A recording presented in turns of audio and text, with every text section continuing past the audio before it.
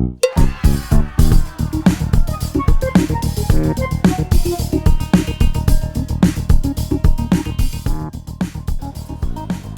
to Pints and Politics. I'm your host, Dan Parsons, and welcome to the live recording version of Pints and Politics. I'm delighted to welcome our guests today. But before I introduce them, let me just remind our listeners and viewers, Pints and Politics is about talking about the most important issues of our day while enjoying a Nebraska craft beer. And I tell you what, guys, it doesn't get any better than this. Thank you, John Hansen, Josh Moenning, for being here. Let me introduce our guests. Josh Moenning is the mayor of Norfolk.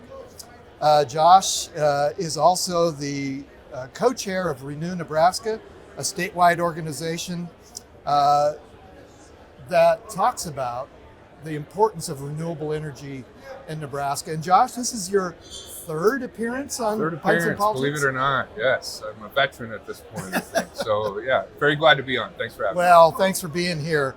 And it's my delight for the first time on the show, my friend John Hansen. And John is the chair of the Nebraska Wind and Solar Conference.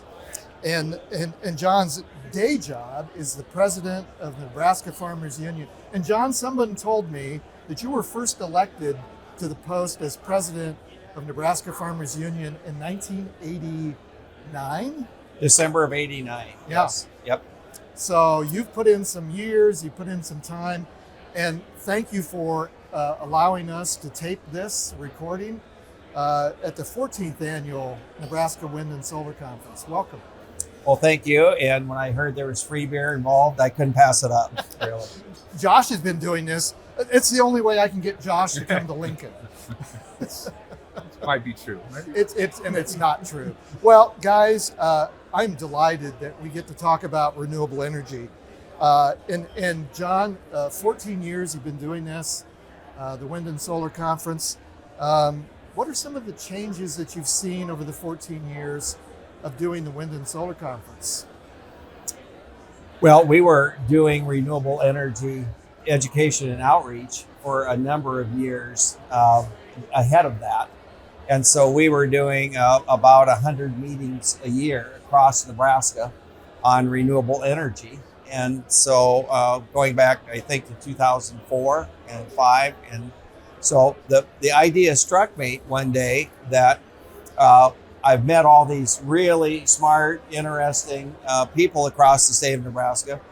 And wouldn't it be great if we just had an annual conference where all those people that I was meeting in all these meetings across the state could come, get together, and get to know the other players involved in renewable energy. So this is the You All Come annual meeting. And so we have the public power districts who have been a part of our process since the beginning, the developers, the professional service providers, which is a substantial part of the renewable energy benefit, right. Is all of those professional services, landowners, wildlife, public at large, conservation.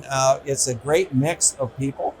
And we just come together. And so now it's kind of like a family reunion of sorts. I've noticed that. I've been to several conferences. I was not at the first one.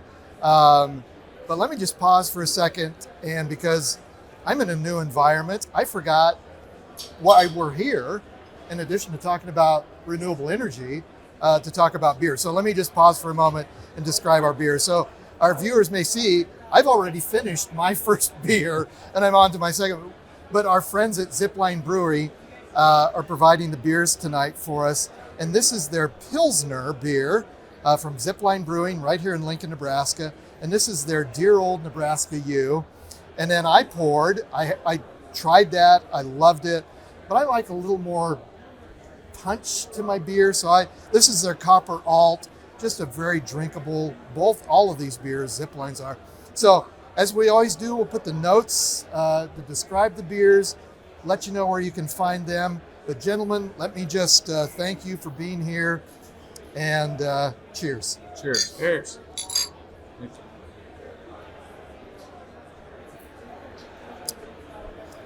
That's how we should always talk about renewable energy.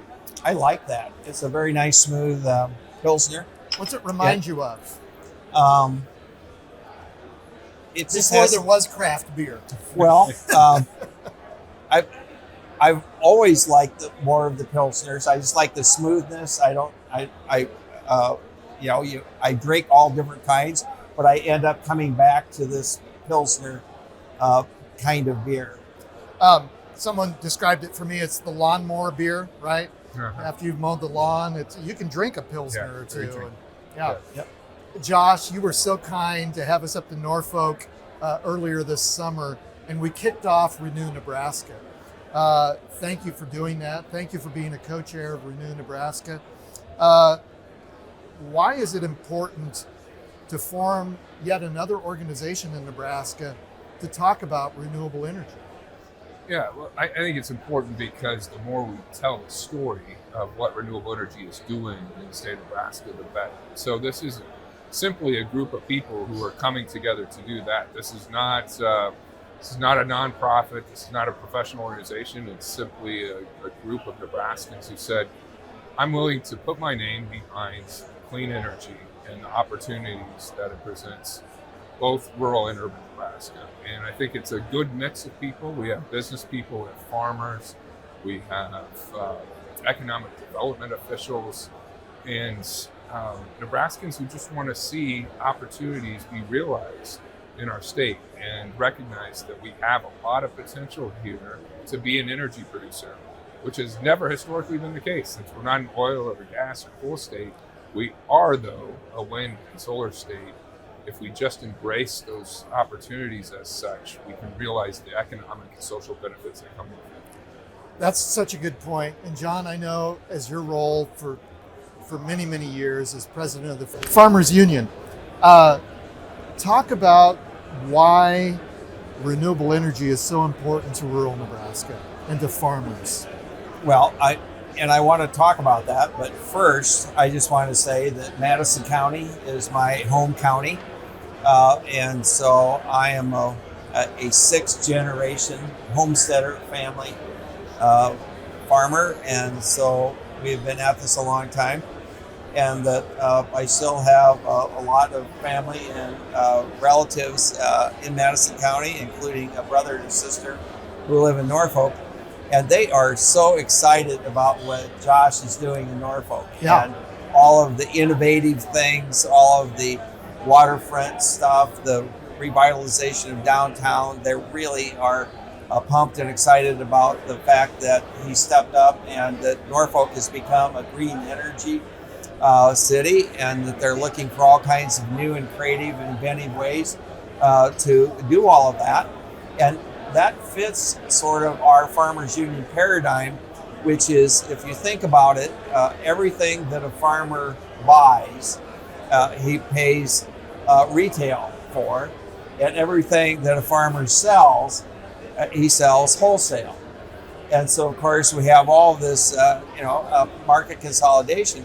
So it's no accident that we really struggle to kind of keep our family farmers and ranchers in business, but also to have opportunities for our kids. And so we look at wind and solar and biofuels as all value-added opportunities. So we're adding additional value, and it creates additional income streams, and it helps create a economic driver kind of outcome. So all of a sudden, we're looking at communities that, in my farm is 5 miles from the closest wind turbine west of us. And so if you look at Boone County and Antelope County, and there's hundreds of wind turbines in that area, it's transformed those counties, and every single one of those wind turbines out there has the same economic value to that farmer as a really good part-time job if there was one to be had in Petersburg or Elgin or Neely or Tilden or Newman Grove. And so when you look at all of that additional income, it makes a lot of difference in terms of being able to feed families, in terms of being able to cover all of those costs. And it's a huge economic driver. And so I salute Josh and what he's doing in Norfolk. And, we're also optimistic that we're going to be one of these days adding a wind project in Madison County. Exactly. Well, you know, I consider you kind of the godfather of the renewable energy movement in Nebraska. But Josh, talk a little bit about, because you have also been ingrained in this movement for several years now, and John mentioned the economic benefit to rural Nebraska and farmers.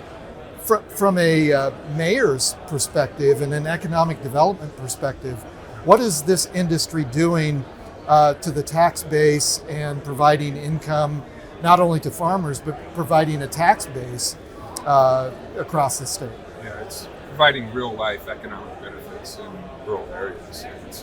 I mean, that can be seen through new farm income, through, as John talked about, lease payments to farmers, through new tax revenues that are delivered to school districts and county governments, and in terms of new jobs for young people. So another thing we have in Norfolk, which was a great foundation to build from, is Northeast Community College's Wind Energy Tech Program, which is the only wind tech program in the state, longest established 10 years ago.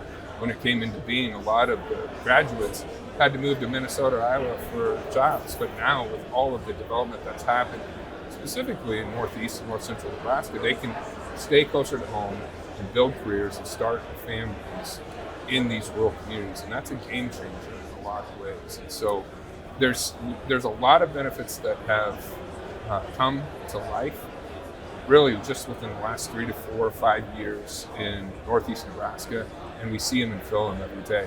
Wind farm construction, we've had a project, all the projects that John mentioned have come to be established just in the last 5, 6, 7 years. The process of those projects being built out has brought a lot of wind farm construction workers to our area, which has produced another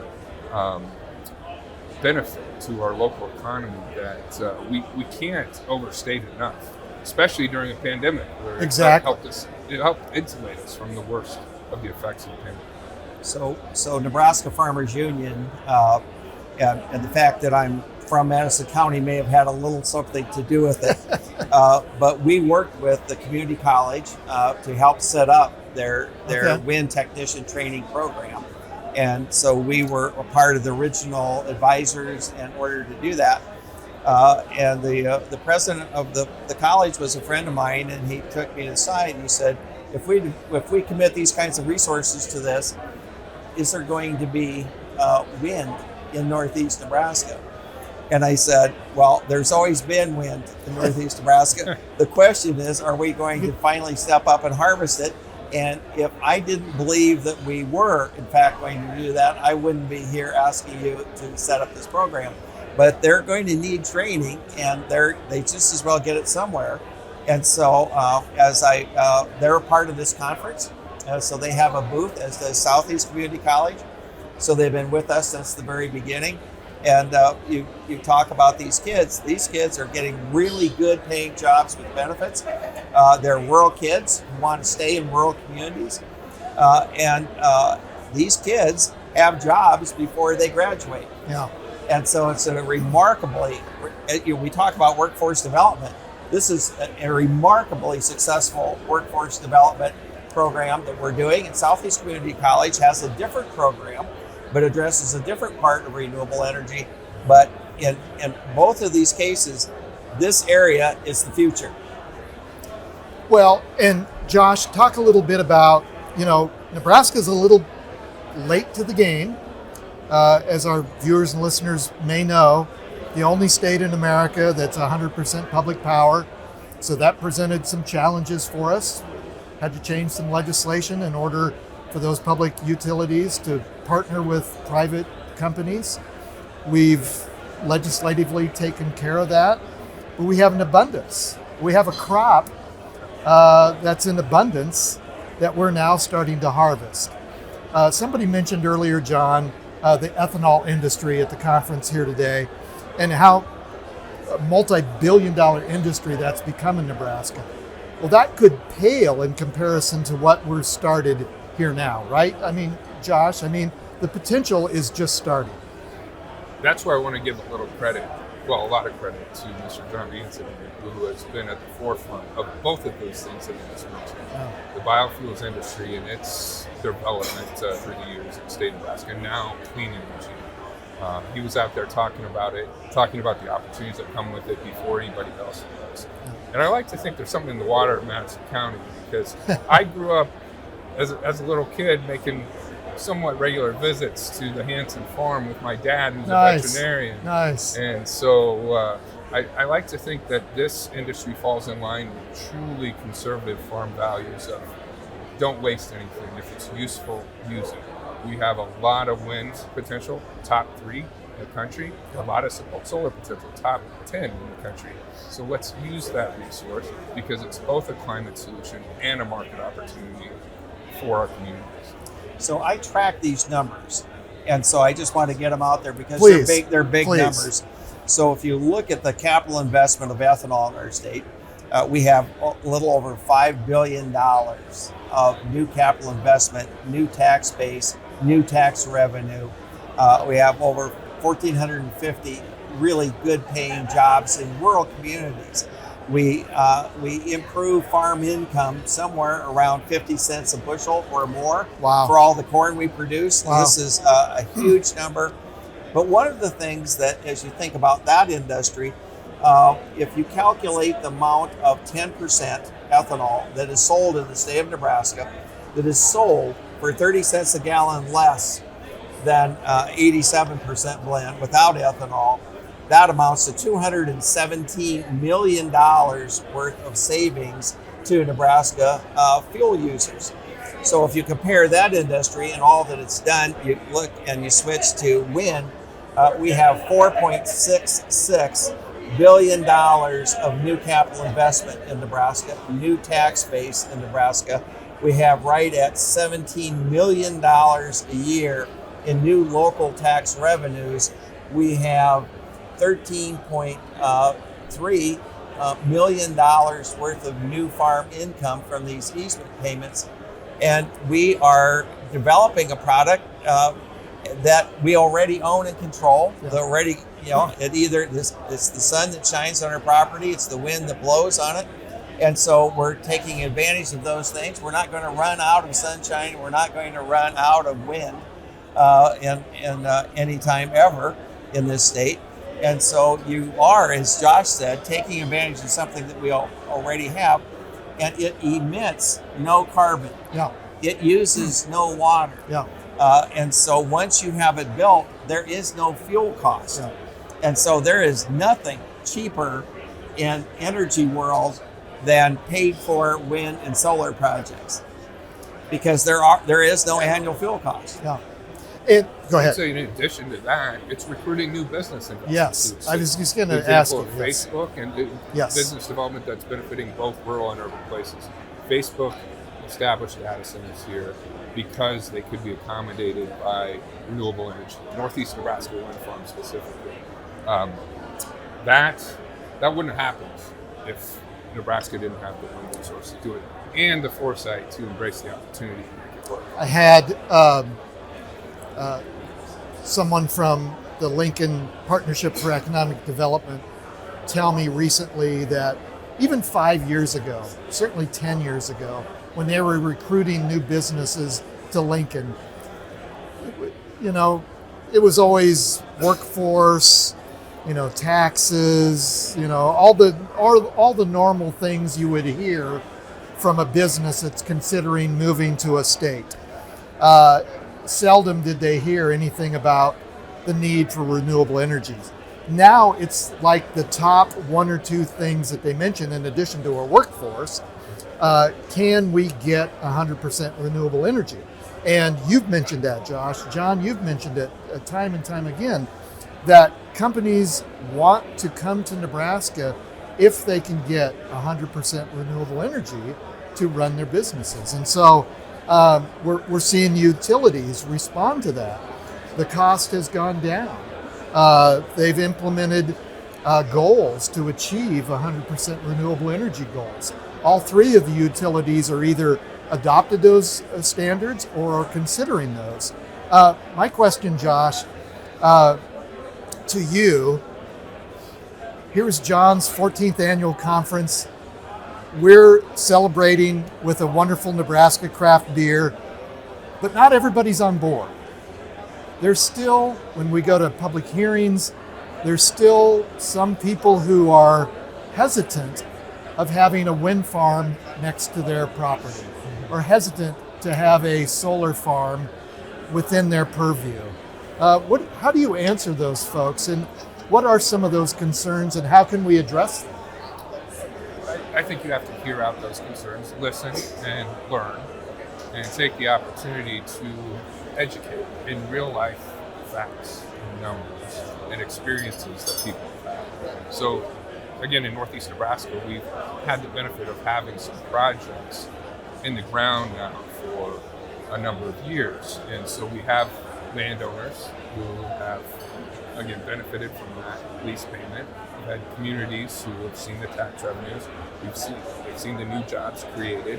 And lo and behold, the claims about wind energy, whether it's sounds or health effects or whatever, they're not true to life. And so having lived it and having some familiarity around it in the region has helped open the door to that opportunity.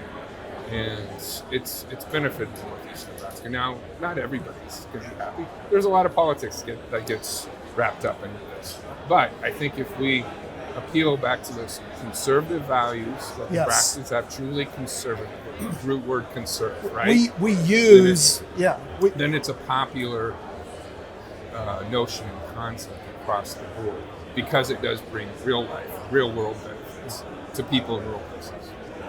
Well, it all begins with landowners, and there's not one solar project, there's not one wind project, there's not one wind turbine on property anywhere in the state of Nebraska that a landowner didn't sign an easement for.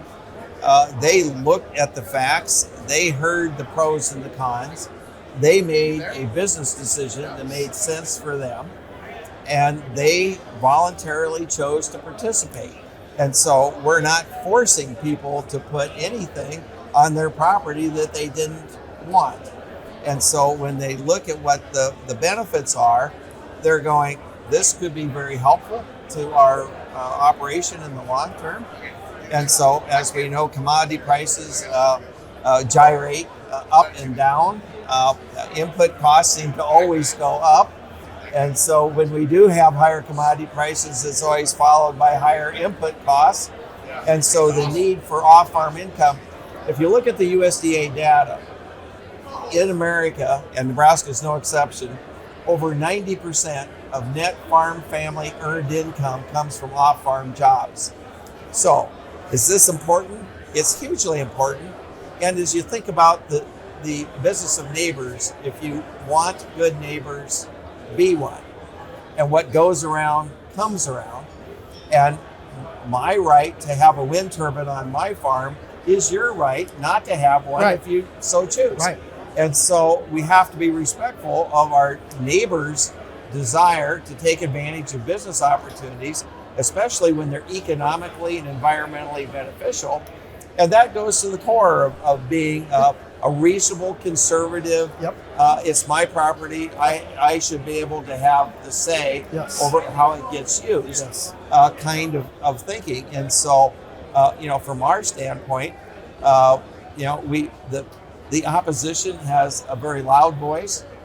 But when you look at all of the polling data, when you look at all of that, the vast majority of Nebraskans, especially younger Nebraskans, strongly support the development of renewable energy and believe that this is an important part of our future, and they're right.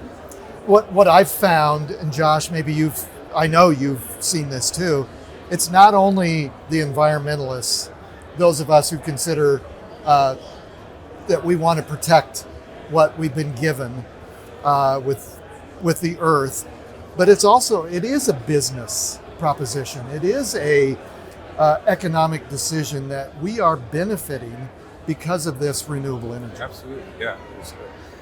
business case to make for renewables. It's part of the reason, and I talked about this at an earlier panel today, that the city of Norfolk and the city council approved a community solar project, 8.5 megawatt solar project tied to battery energy storage. And we did that because we saw the cost savings that can come with that. That energy, because solar costs have fallen Yes. so significantly in the last 10 years, along with wind, made doing this project about 10% of the energy we use.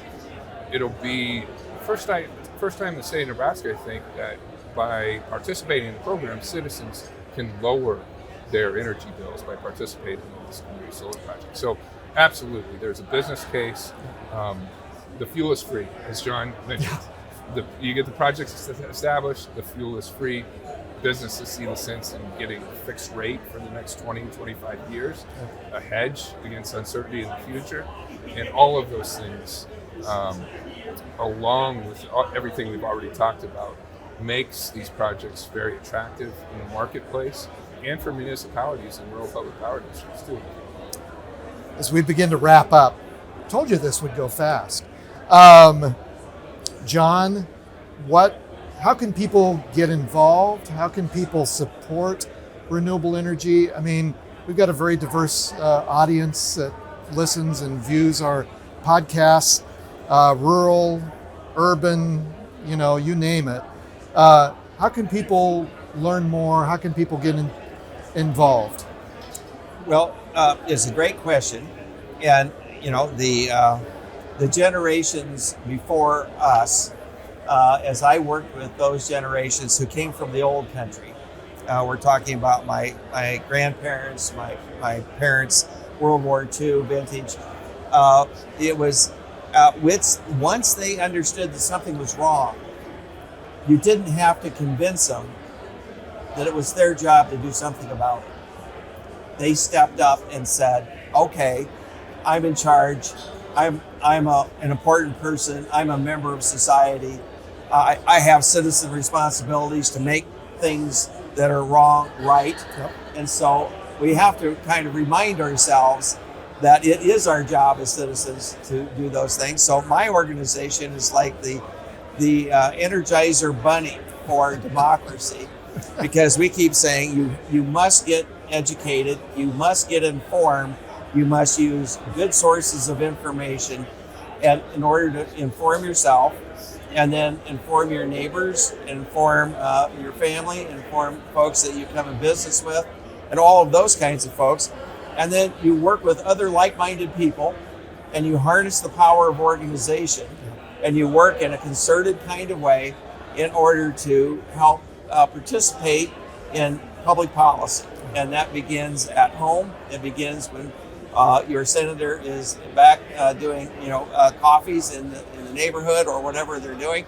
It comes time to get on the phone and call your state senator when important bills are up in the legislature, good or bad. Makes a difference. And so Yeah. this is our democracy is all about participation. Yeah. And so you get involved, you participate, and when you work with other people and you participate in the process, then you really do learn how it works, and you become a more effective player, and that's how you affect the outcome of history and policy over and over.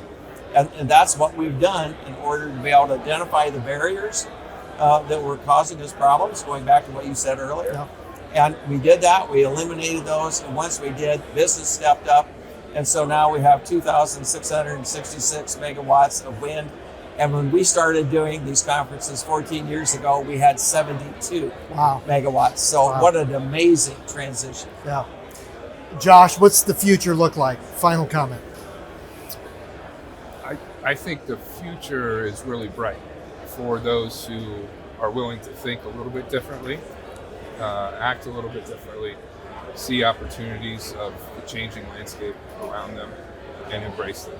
Yeah. And so that's what we're trying to do in a step-by-step way in Norfolk and Northeast Nebraska, and I hope it's a good one for this state. I can't thank you enough for allowing us, John, to be here today. And Josh, thanks for your leadership. John, thanks for your decades-long leadership, not only with Farmers Union, but now with the Wind and Solar Conference. Thank you. Thank you, Josh, for your leadership. Let me thank our hosts, Nebraska Horsemen, Nebraska Horsemen's Benevolent and Protective Association, Warhorse Gaming, Nebraska Wind and Solar Conference, production, editing, and distribution of Pints and Politics is responsibility of BCom Solutions. Kim Remington is our operations manager at Parsons Public Relations. Pints and Politics theme music that you may be hearing is performed and written by Jack Rodenberg. Thank you to Fuse Coworking and Parsons Public Relations. But most of all, thank you to Josh Moenning, Mayor of Norfolk, and John Hansen, President of Nebraska Farmers Union, and the Chair of the Nebraska Wind and Solar Conference. Gentlemen, it's been my joy to share a beer with you this afternoon. Likewise. Cheers. Thank you. Thank you, Dan. Thanks for stopping by.